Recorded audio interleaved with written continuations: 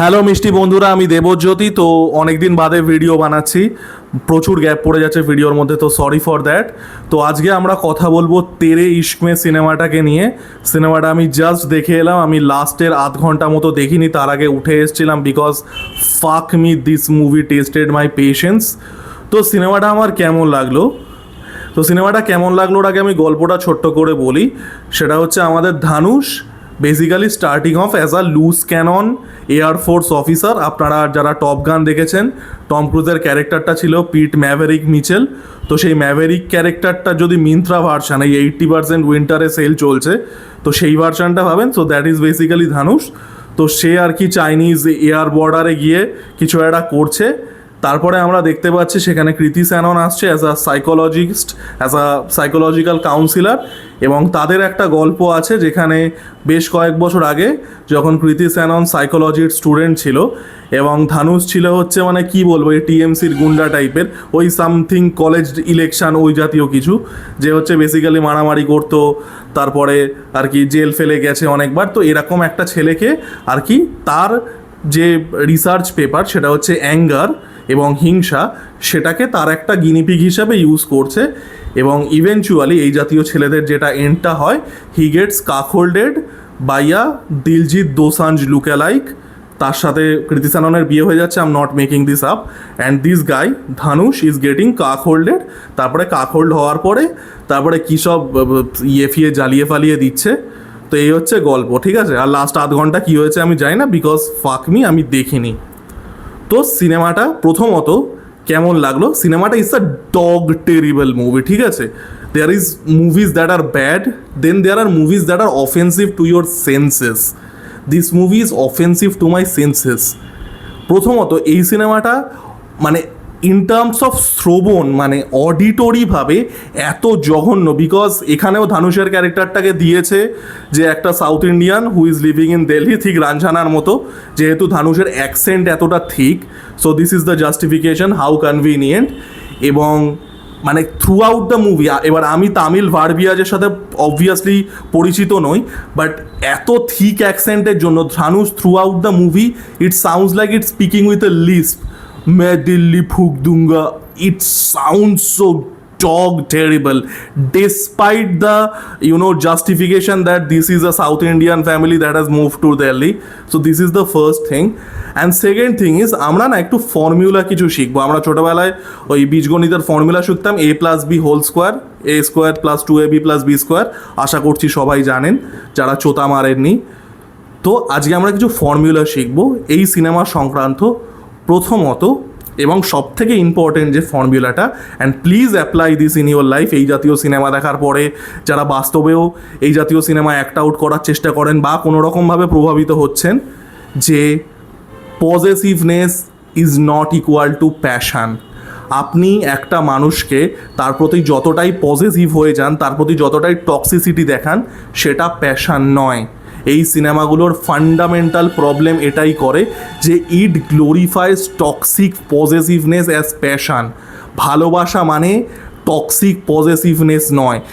এই জাতীয় সিনেমাগুলোর দুটো সমস্যা, একটা হচ্ছে এই টক্সিক পজেসিভনেসকে প্যাশন হিসাবে দেখানো, আর সেকেন্ড হচ্ছে মেল যে খারাপ ক্যারেক্টারিস্টিক্সগুলো আছে, টক্সিসিটি মানে মিসপ্লেসড ম্যাসকিউলিনিটি, সেগুলোর ফেটিশাইজ করা, যেগুলো অ্যাকচুয়ালিতে ক্রিটিসিজম হওয়া দরকার টক্সিক মেল ট্রেডগুলোর, সেগুলোর ফেটিশাইজ করে, যেটা সন্দীপ রেড্ডি ভাঙ্গাও করে। এটা আমি আগেও বলেছি, fetishism of this kind of toxic masculinity, যে দেখো মানে it is something to be celebrated rather than it is something to be criticized. এটা আমি সন্দীপ রেড্ডি ভাঙ্গার ক্ষেত্রেও বলেছি। এবার একটা অ্যানিমেলের মতো সিনেমা বা একটা কবির সিংয়ের মতো সিনেমায়, despite these problematic elements, there are at least cinematic crafts that are visible.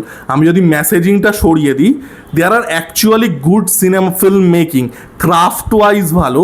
This movie is terrible in terms of craft is well. জঘন্যতম সিনেমা, মানে অনেস্টলি বসে দেখা যায় না। ফার্স্ট অফ অল এই যে পুরো যে সিনেমাটা, যে এই যে possession toxic passion is not equal to passion or love. Secondly, এই জাতীয় সিনেমাটা, এবং এটা প্রচুর ছেলে বাস্তব জীবনেও ভুল করে, সেটা হচ্ছে একটা ছেলে, তার একটা অ্যাঙ্গার ইস্যু আছে, তার কোনো ভেতরে ক্ষেত থাকতে পারে, হাজার একটা জিনিস থাকতে পারে, হাতের 5টা আঙুল সমান হবে না। একটা মেয়ে is not suppose to act like a psychological consultant to that male. তোমার মানসিক সমস্যা আছে, তুমি অ্যাক্ট আউট করছো, তোমার অ্যাঙ্গার ইস্যু আছে, go to a fucking consultant. তোমার গার্লফ্রেন্ড তোমার ইমোশনাল রিহ্যাব সেন্টার নয়। This is another problem. এই যে গ্লোরিফিকেশান, যে একটা মেয়েকে এই রিহ্যাবের মতো হতে হবে, একটা ছেলে যদি গ্লোরিফাই করে, মানে একটা ছেলে যদি তার টক্সিক ম্যাসকুলিনিটিগুলো, তার anger issue and everything, the woman needs to be this rehab. This is fucking terrible in every single level. মানে এগুলো সোশ্যাল ইমপ্লিকেশান এত বাজে, আমি যাবো না সোশ্যাল ইমপ্লিকেশানে। Purely from art, this is poor story telling. এবং এই সিনেমাটার মধ্যে থ্রু আউট একটা মেয়ে একটা বাউন্ডারি সেট করে দিচ্ছে ছেলেকে, সেটা সেই পুরুষ ক্যারেক্টারটার অবস্ট্যাকেল হিসেবে দেখানো হয়েছে। I am not joking. Kriti Sanon, she is setting up a boundary for Dhanush, যে আমি এর বেশি এগাবো না। ধানুষের সেটা in terms of character arc দেখানো হচ্ছে যে সেটা একটা অবস্ট্যাকেল। একটা প্রেমের সিনেমায় অনেক অবস্ট্যাকেল আসতে পারে। স্টোরি টেলিংয়ের ক্ষেত্রে আমি বলছি যে একটা মেয়ে বড় লোক, ছেলেটা গরিব, একটা ফাইন্যান্সিয়াল হতে পারে, হয়তো ধর্ম আলাদা, সেক্ষেত্রে একটা সোশ্যাল ব্যারিয়ার থাকতে পারে। This fucking movie treats a woman's consent as a barrier. আমি গোদা বাংলায় বলছি, যারা সিম্পলটন, যারা অতটাও কমপ্লিকেশনে যাবে না, আমি সিম্পলি বলছি যে ধরুন আমি আর আমার একটা মেয়ের সাথে আমার আলাপ হলো, we hit it off instantly, আমি আর তার সেই মেয়েটা একটা অর্গ্যানিক সম্পর্ক তৈরি হলো। এবার একটা স্টেজের পরে আমি সেই মেয়েটাকে একটা রোম্যান্টিকভাবে অ্যাপ্রোচ করলাম বা সেক্সুয়ালিও অ্যাপ্রোচ করলাম ইন্টিমেট হওয়ার জন্য। She says that this is our boundary, she doesn't want to go further. এবার আমি যদি সেই মেয়েটার পেছনে একটা ক্লিয়ার বাউন্ডারি তৈরি করে দেওয়ার পরে যে এটাই আমাদের সম্পর্কের বাউন্ডারি, তারপরেও আমি যদি সেই মেয়েটার পেছনে পড়ে থাকি, am I a fucking creep or am I a tragic hero? আমার প্রবলেম, মানে আমি কি কোনো রকমভাবে সিচুয়েশনটার victim, or am I the fucking creep? I am the fucking creep. এখানে ধানুষের ক্যারেক্টারটা who is a fucking creep, যার বাউন্ডারি দেখিয়ে দেওয়ার পরেও সেটাকে করছে। অ্যান্ড মানে এই সিনেমাটার ইন্টারনাল লজিক অনুযায়ী এটা হচ্ছে obstacle he needs to overcome. মানে in terms of story telling সিনেমাটা কতটা ডগ ফার্ট বাজে। The only thing good about this movie is Prakash Raj dyeing.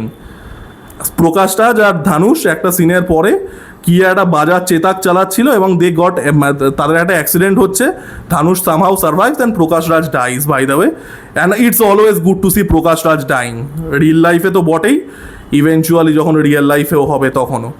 এই কারণে আমি স্ক্রিপ্ট করি না, বাই দ্য ওয়ে, ঠিক আছে? মানে আমি যদি স্ক্রিপ্ট করি ব্যাপারটা এতটা ডার্ক আর এতটা বিষাক্ত হয়ে যাবে, খ্যার এমনি বসলে তো 4-5টা মিষ্টি কথা বেরিয়ে যেতেও পারে অ্যাক্সিডেন্টলি। এই জন্যে আমি স্ক্রিপ্ট করি না, আপলোড করা যাবে না। তো that was the only good part in the movie.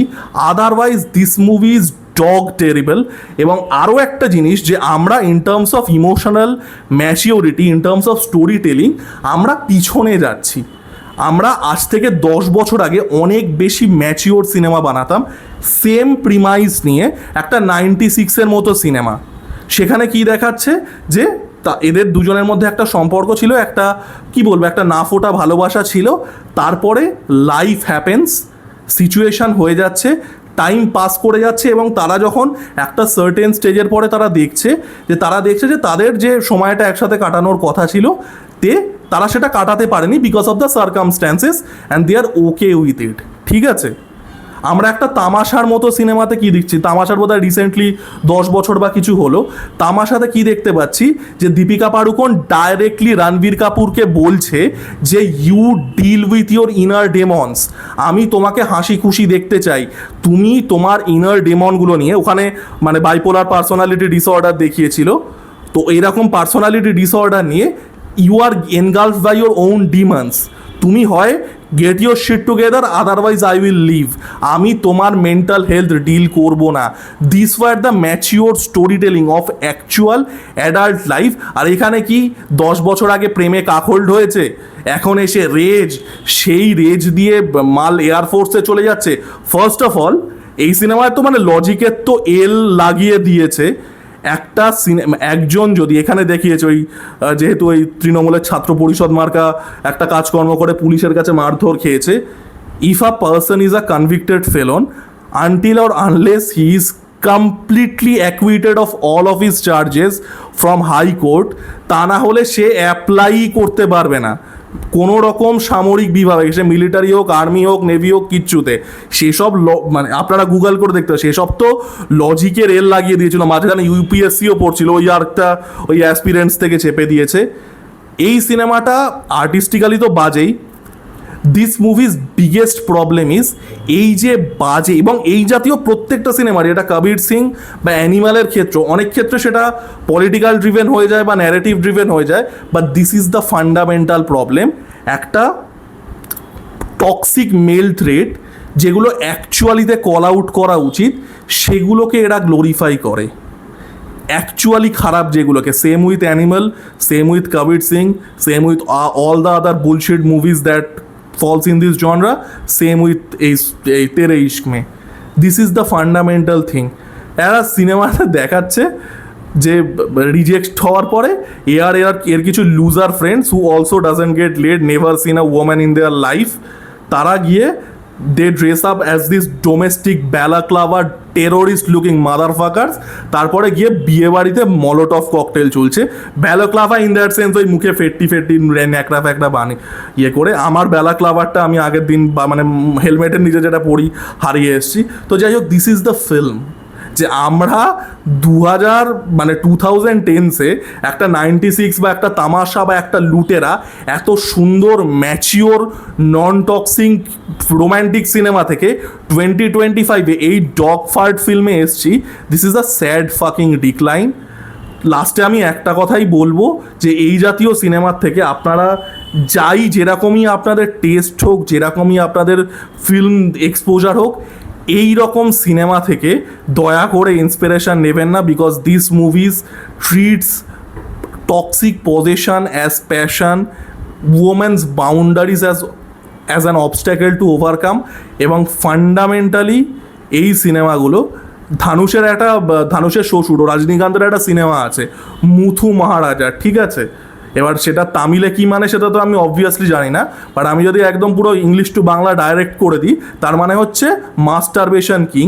তো এটা হচ্ছে ওই সেক্সুয়ালি ফ্রাস্ট্রেটেড ফাকিং লুজার্স যারা জীবনে কোনো দিন মানে that who doesn't get laid at all, তারা নিজেদের টক্সিসিটি নিয়ে বেঁচে থাকে এবং ঘরের কোনায় ওই ম্যাস্টারবেট করে। এই মুথু মহারাজাদের জন্য বানানো সিনেমা। এই সিনেমাগুলো যবে বানানো বন্ধ হবে, ম্যান আমি গঙ্গায় ঝাঁপ দেবো, ঠিক আছে? এখানে এসব এই গঙ্গা মোক্ষলাভ আছে, after that I bailed out, তো আমি লাস্ট অব্দি কী হয়েছে দেখিনি। আমি গঙ্গায় ঝাঁপ দেবো এই জাতীয় সিনেমা বন্ধ হওয়ার আগে। তো it's a dog fart movie. This is the only 2 words I have for this film. আমার 180 টাকা আর 30 টাকা 210 টাকা আমার পার্কিং আর টিকিট মিলিয়ে জলে গেল। তো যাই হোক, এই ছিল আমার রিভিউ। আমি জানি এখানে প্রচুর লোকে এসে কাউন্টার লজিক দেবে, সেই, এবং তারাও এই ফিল্মে যে মেন্টালিটিটা দেখানো হয়েছে সেটাই রিফ্লেক্ট করে, এবং তারা নিজেরা বুঝবে না, they don't have that intellectual capability. They will be proving me right, সেটা তাদের ইন্টেলেকচুয়াল ক্যাপাবিলিটির বাইরে। বাট যারা হেজাতে আসবে, যারা এই সিনেমাটার হয়ে কাউন্টার লজিক দিতে আসবে, they will be proving me right, সেটা তারা বুঝুক বা না বুঝুক। তো এই ছিল আমার ভিডিও, আমি আর কথাই বলতে চাই না। লাইক, কমেন্ট, সাবস্ক্রাইব করে দেবেন। টাটা।